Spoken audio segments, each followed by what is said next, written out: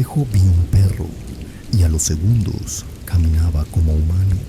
No sé qué creas tú del camino. Hay gente que dice que la carretera cobra, que no perdona descuidos y que cuando se le antoja te devuelve lo que le diste, pero con intereses. Yo no era de esos. Yo era de los de maneja bien y ya, hasta esa noche. Y no fue una sombra cualquiera. No fue un susto barato. Fue algo que me siguió, que midió mi velocidad, que se mantuvo a mi distancia como si estuviera amarrado a mí por un hilo invisible. Y lo peor es que empezó con algo totalmente normal. Un viaje mal planeado, una ruta barata y un accidente que me dejó el estómago hecho nudo. Esto pasó hace unos 3 años. Yo trabajaba para una empresa de logística de Puebla. Movíamos abarrotes, refacciones, carga seca, lo normal. La empresa siempre buscaba ahorrarse unos pesos. Si había opción de cuota, nos mandaban por la libre. Y si había un atajo por carretera federal, aunque te destrozara la suspensión, te decían, por ahí te vas. Ese día me tocaba ir de Tehuacán a Izúcar de Matamoros, pero no por cuota. La ruta era la Federal 150 y luego cortar por la Intermixteca, curvas, vados, tramos con asfalto decente y luego baches como cráteres, un camino que no perdona distracción. Salí tarde, como a las 4. El cielo estaba gris panza de burro, ese gris que no decide si llueve o si nomás te aplasta el ánimo. El calor era pegajoso, se sentía el bochorno subiendo del asfalto. Yo manejaba un Kenworth T680 ya correteado, con sus kilómetros, pero aguantador.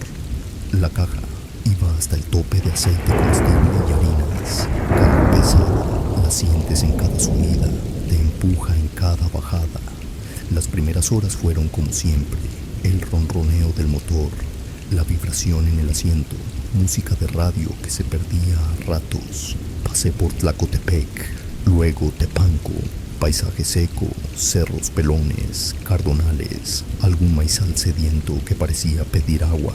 En ese trabajo aprendes a pensar por partes. Una parte de ti maneja, otra calcula tiempo, otra revisa espejos y otra, la más vieja, te dice cuando algo no cuadra. Esa parte, esa noche, no se cayó. Como a una hora de haber salido, llegué a una zona que le dicen el Espinazo, no el de Sinaloa, otro de por acá, y vi torretas. Bajé la velocidad. A lo lejos se veía un amontonamiento de gente y un par de patrullas estatales. Al acercarme, entendí. Un tortón de esos que cargan pollos se había ido de frente contra una camioneta de redilas, una Nissan viejita. El golpe debió ser brutal. La camioneta estaba hecha acordeón contra la defensa del camión. Había cajas de madera rotas por todos lados y un olor que no olvidas, una mezcla dulzona y metálica revolviéndose con diésel derramado. Aquí hay una regla no escrita: no mires demasiado, no por morbo, por supervivencia mental, porque si te quedas mirando, te llevas imágenes que te persiguen en la carretera y luego te distraen cuando no debes. Los policías desviaban el tráfico por el acotamiento de tierra. Pasé despacio y alcancé a ver una lona azul en el suelo, una forma grande y otra más pequeña. No había ambulancias, solo el forense. Eso es mala señal. Significa que ya no hay prisa. Sentí un hueco en el estómago y seguí. Esto es el pan de cada día. Un descuido, una llanta tronada, una adormitada y no la cuentas. Pero algo de ese accidente me dejó inquieto. No sé si fue la lona, no sé si fue el olor o la sensación de estar pasando por un lugar donde la vida se acaba sin aviso. Me obligué a subir el volumen a la radio, como si la música pudiera tapar pensamientos. Encontré cumbias viejas. Algo es algo. Y aún así, el accidente se me quedó clavado como espina. El sol ya iba cayendo, pintando el cielo naranja y morado. Encendí las luces del armatoste. La carretera se empezó a quedar sola. Ya pocos se aventuran por ahí de noche si no es necesario. La sierra se volvió silueta. A la derecha, cerros como gigantes dormidos. A la izquierda, barrancas que se adivinaban más por intuición que por vista. Fue como media hora después del accidente cuando lo vi por primera vez. Mirada rápida al retrovisor derecho. Costumbre. Y ahí estaba. Una mancha oscura en el borde del camino, unos 100, 150 metros atrás. Al principio pensé, un perro. De esos que se la pasan en la carretera. Son peligro, se te cruzan sin avisar. Pero este no se cruzaba. Corría por el agotamiento manteniendo la distancia. Y era grande, más grande que un perro normal y negro. Un negro tan profundo que casi se perdía en el asfalto que ya se oscurecía. Lo raro no fue verlo, lo raro fue su ritmo. Yo iba a 70, 80, lo que dejaba el camino, y el animal mantenía la velocidad, no se acercaba, no se quedaba atrás. Iba como si el tráiler lo jalara con una cuerda invisible. Pasaron 10 minutos y la mancha seguía ahí. Yo manejaba concentrado en curvas y baches, pero una parte de mí no soltaba el espejo. El animal no jadeaba, no parecía cansado. Su trote era constante, casi mecánico. Empecé a sentir una inquietud rara en la nuca. No era miedo puro, era esa sensación de esto no cuadra. Bajé la velocidad a 60. Miré el espejo. El perro también bajó. Se quedó exactamente a la misma distancia. Pisé el acelerador en un tramo recto, 90. La máquina rugió. Miré de nuevo y ahí seguía, como mi sombra. Y ahí empezó lo feo, cuando una explicación simple se te cae en la cara, pero todavía no te atreves a aceptar la verdadera. Quise convencerme de que era un efecto de la luz, un juego de perspectiva, una broma de mi cansancio. En carretera pasa, ves cosas, el sueño te juega malas pasadas.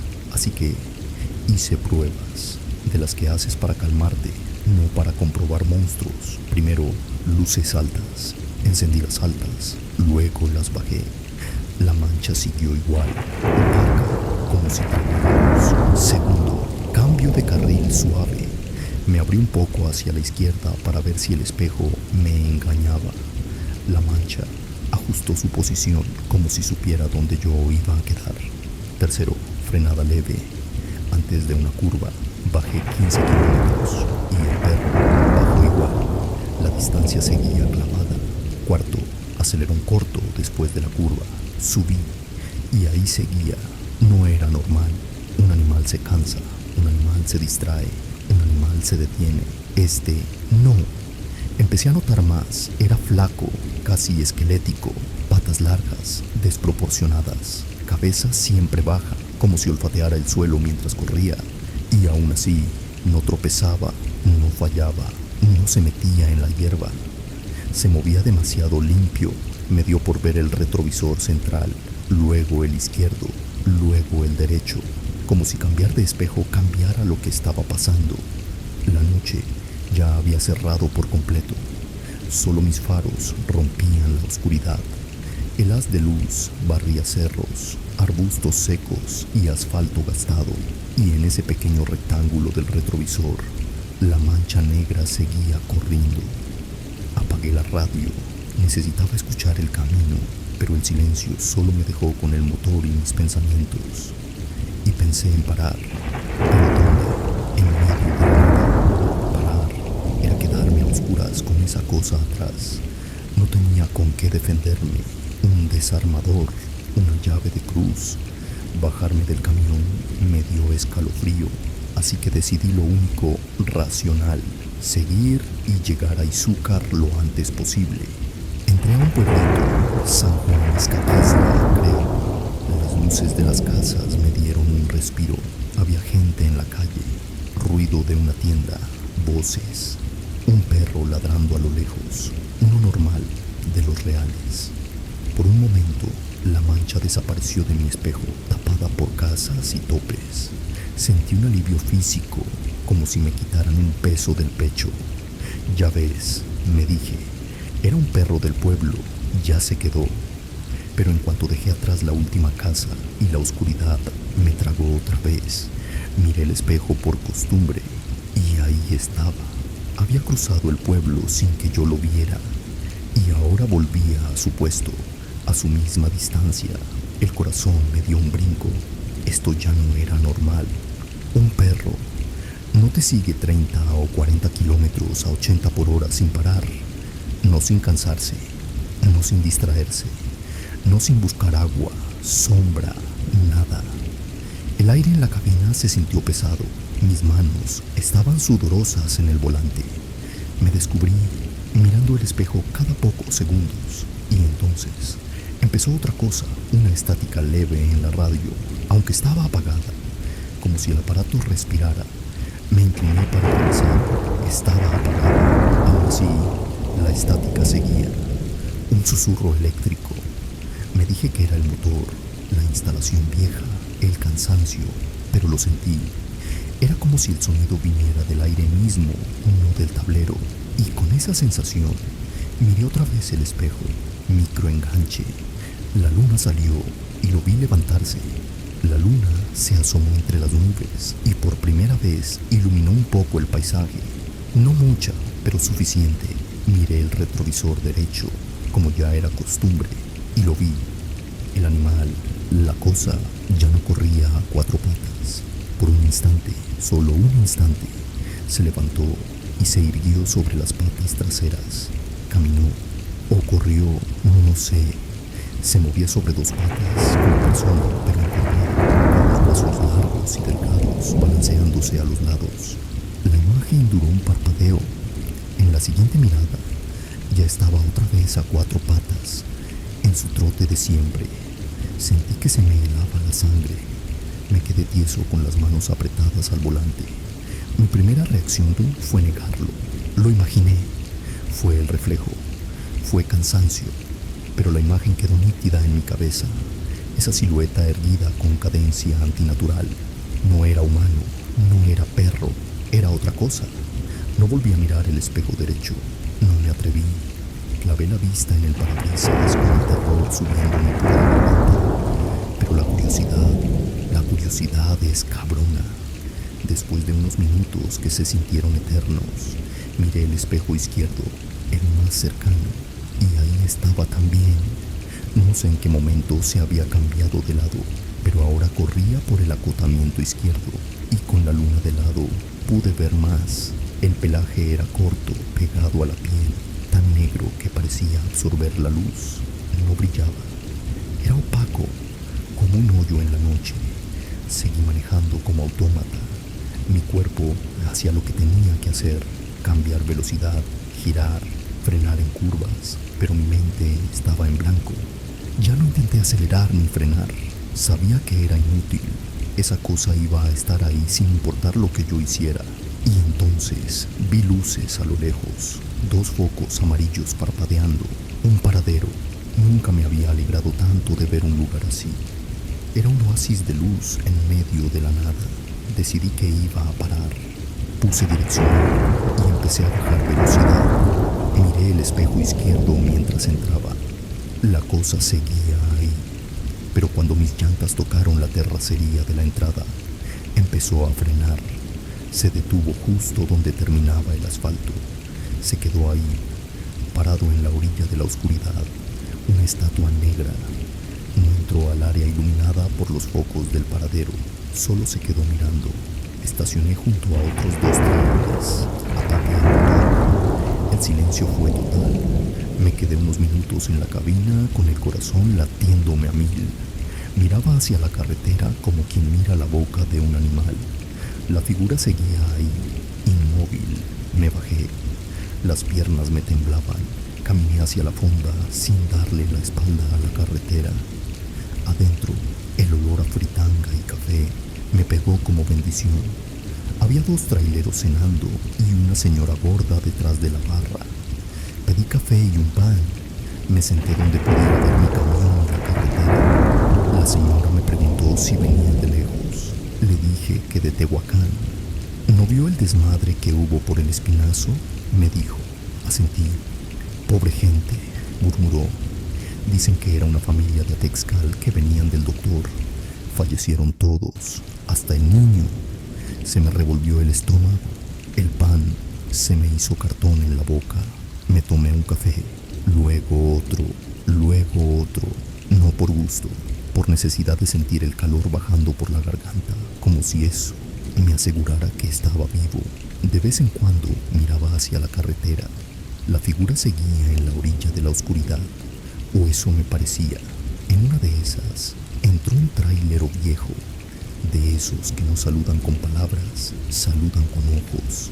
Me vio la cara y se me quedó viendo, como si reconociera algo. ¿Todo bien, compa?, me preguntó. Yo dudé, porque contar algo así en carretera te hace ver loco, y los locos no duran mucho en este jale. Le dije lo mínimo. Me siguió algo, un perro, pero no era perro. El viejo no se rió, no se sorprendió, solo hizo una mueca como de ya te tocó. Se sentó despacio, pidió café y luego, sin mirarme directo, dijo: nomás no lo ande nombrando. Se me secó la boca. ¿Nombrando qué? El viejo levantó la barbilla hacia la ventana, hacia la carretera negra.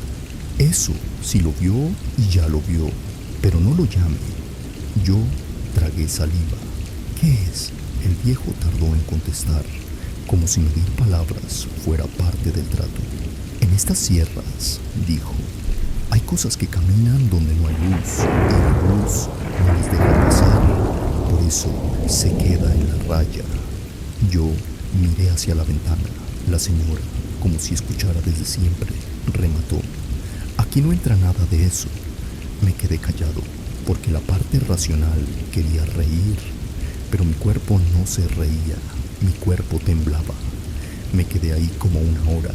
Los otros traileros se fueron. Yo no me moví. Cada tanto miraba hacia la carretera. En algún momento, la figura ya no estaba. Había desaparecido, o al menos yo no podía verla, pero salir otra vez a la noche me aterraba. Tenía que hacerlo. La carga tenía que llegar. Pagué la cuenta. Antes de irme, le pregunté a la señora si el camino a Izúcar estaba tranquilo. Sí, me dijo.